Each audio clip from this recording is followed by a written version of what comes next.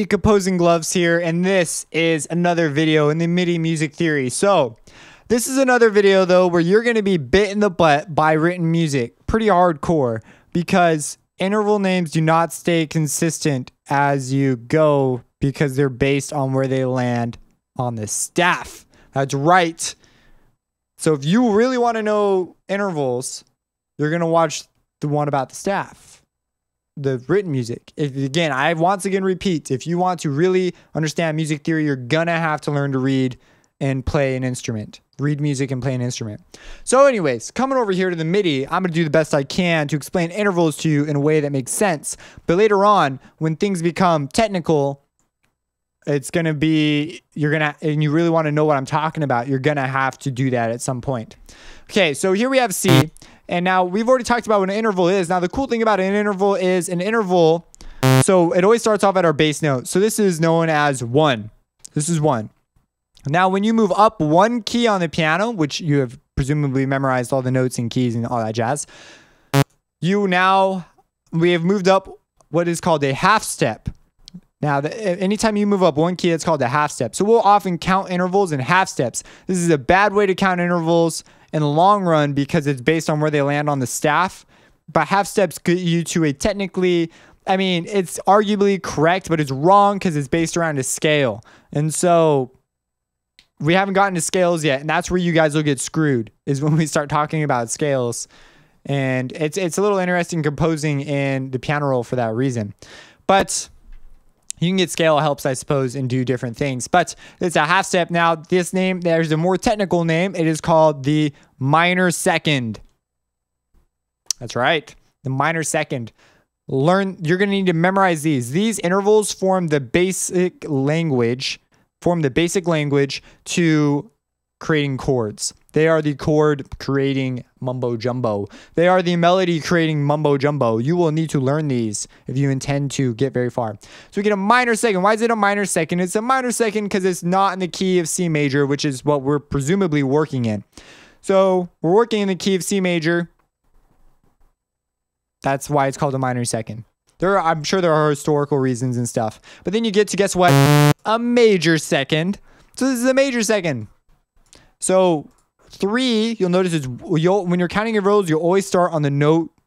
The note starts at 1, doesn't start at 0. So we have 1, 2, 3. So 3 half steps forms a major second, and it actually lands in the major scale. You're going to learn that we measure everything based off the major scale. It's going to be like the most important tool you learn how to use. But in order to really understand it, you've got to know your intervals because it's the language that makes the major scale. So here we have a major second. Then we get to a minor third. This is where you could say this is a minor third or an augmented second. It's weird. I know.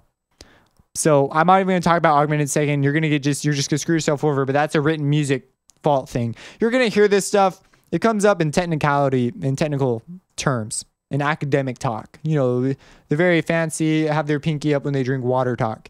So we're going to ignore that kind of jazz. I'm going to teach you the basic intervals. When someone showed me it, they don't even bother talking about this other stuff I'm telling you guys because they didn't feel like it was important for me to know. Later on, I got screwed because no one even mentioned it. That kind of ticked me off. But now I know. So we have a minor third because it's the third scale degree in C major as an E flat, which here it's saying it's a D sharp, which is why a D sharp would technically not be a minor third.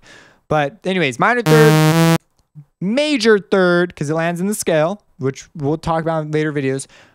Again, you must memorize these. Minor third, perfect fourth. Why is this one perfect? Because the church said so. That's why. That's literally why. In the old days, people studied these ratios, and remember the whole, if you did look up some stuff about the tuning and pitch relationship and all that kind of jazz, it was a big deal about certain ratios and certain scales because minor and other ratios and other scales, because they tuned them not based on a equal temperament, because they tuned them different, they sounded really dissonant. Like, it sounded evil, man. And the church was like, we're not having that crap. You got to have it perfect. You got to land on these intervals because they sound the nicest. They literally sounded substantially nicer than what we have now. And so that's one reason why, you know, it wasn't hard to convince people that these things sounded bad. Every music theory class I've been in thus far has like completely ignored the fact that they really did sound a lot better than other intervals. And so, yeah. So the church said those other ones were evil until later on we developed better ways of dealing with this jazz, and then it became a thing. So so that's why they're considered perfect. Now there's a big difference between perfect intervals and major and minor intervals. One is you cannot make a perfect interval major or minor. If you ever do that, you're wrong. Just so you know, like, don't ever write that on a test. Don't ever submit that to someone. Don't ever use it in terminology. It's just a thing that can never happen. And new people will make this mistake. Perfect intervals, instead of becoming major or minor when you move them up or down a half step, become augmented or diminished.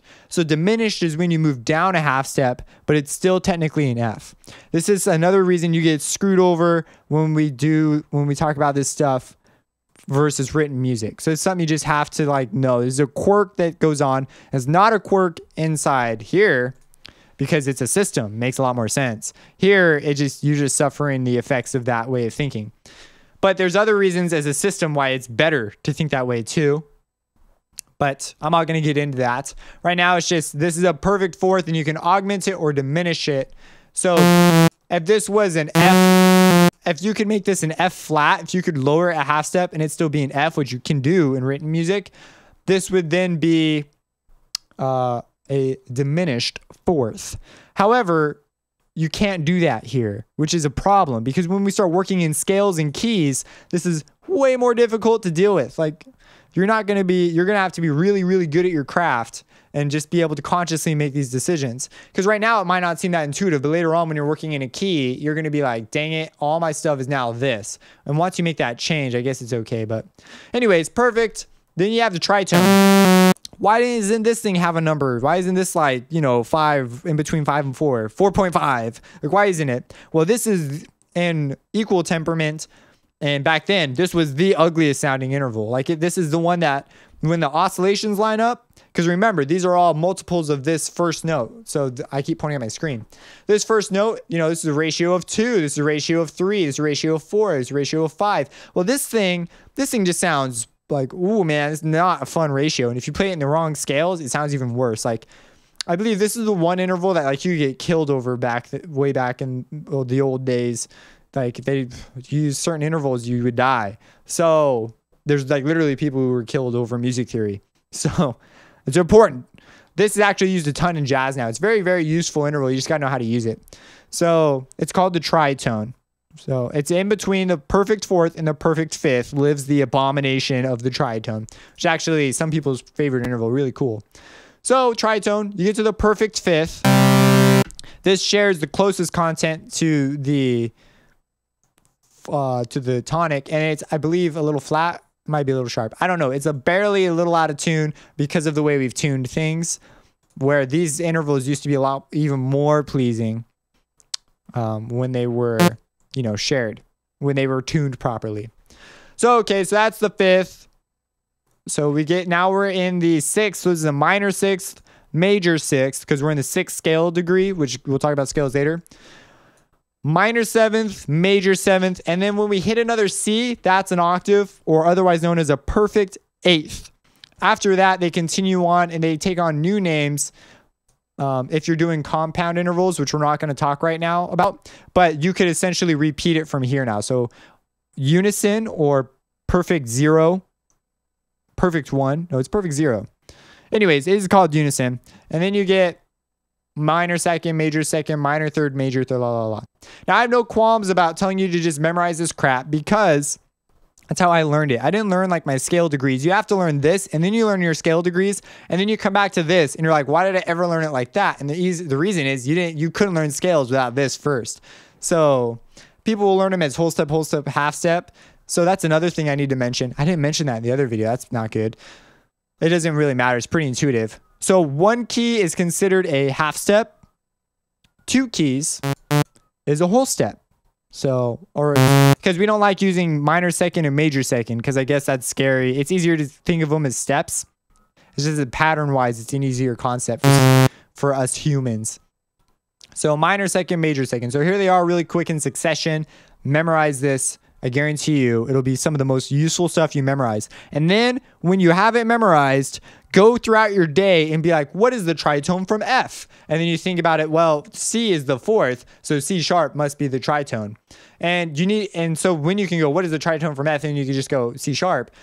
Do that for all your notes in all intervals. Once you can just rattle them off, man, you are going to be so ahead of the curve. Like, you have no idea how much of an impact that's going to have on your ability to write things. Like, make it hard. Like, what's the augmented fourth from C? And then you'd be like, oh my gosh, that would be a augmented fourth. That would be a C sharp. Then wait a second, that's the tritone. You start making these connections. I'm telling you, this is going to put you so far ahead. Like, just do that. Oh my gosh. I wish someone had told me that. Like, that's what I'm doing now. And it's making me a million times faster on improv and a number of other chord creation and everything. So we have C. So here they are. So this is unison, minor second, minor third, major third, perfect fourth, tritone, perfect fifth, minor sixth, major sixth, minor seventh, major seventh, octave. That's it. So once you can do that, you're pretty well on your way to understanding future lessons. We're going to talk about more intervals in the next video. But again, this is the language. So if you can't speak the language, if you didn't memorize the notes, if you can't read the keyboard, if you can't say your intervals off like that, you are not in a place to succeed. So go back. I know it's tempting to just watch these in order and just go through them. But just go back and do yourself a service and really learn this stuff. I guarantee you, this is stuff that you should just write on a paper a couple times, because it's there for a reason. These exercises have proven to work. That's how I learned it. That's how you'll learn it. That's how everyone will learn it. Unless you're like a genius. If you're a genius, then maybe you just can see it once and you know it forever. But I'm not that smart. So if you have any questions, let me know. Subscribe and have a blessed day.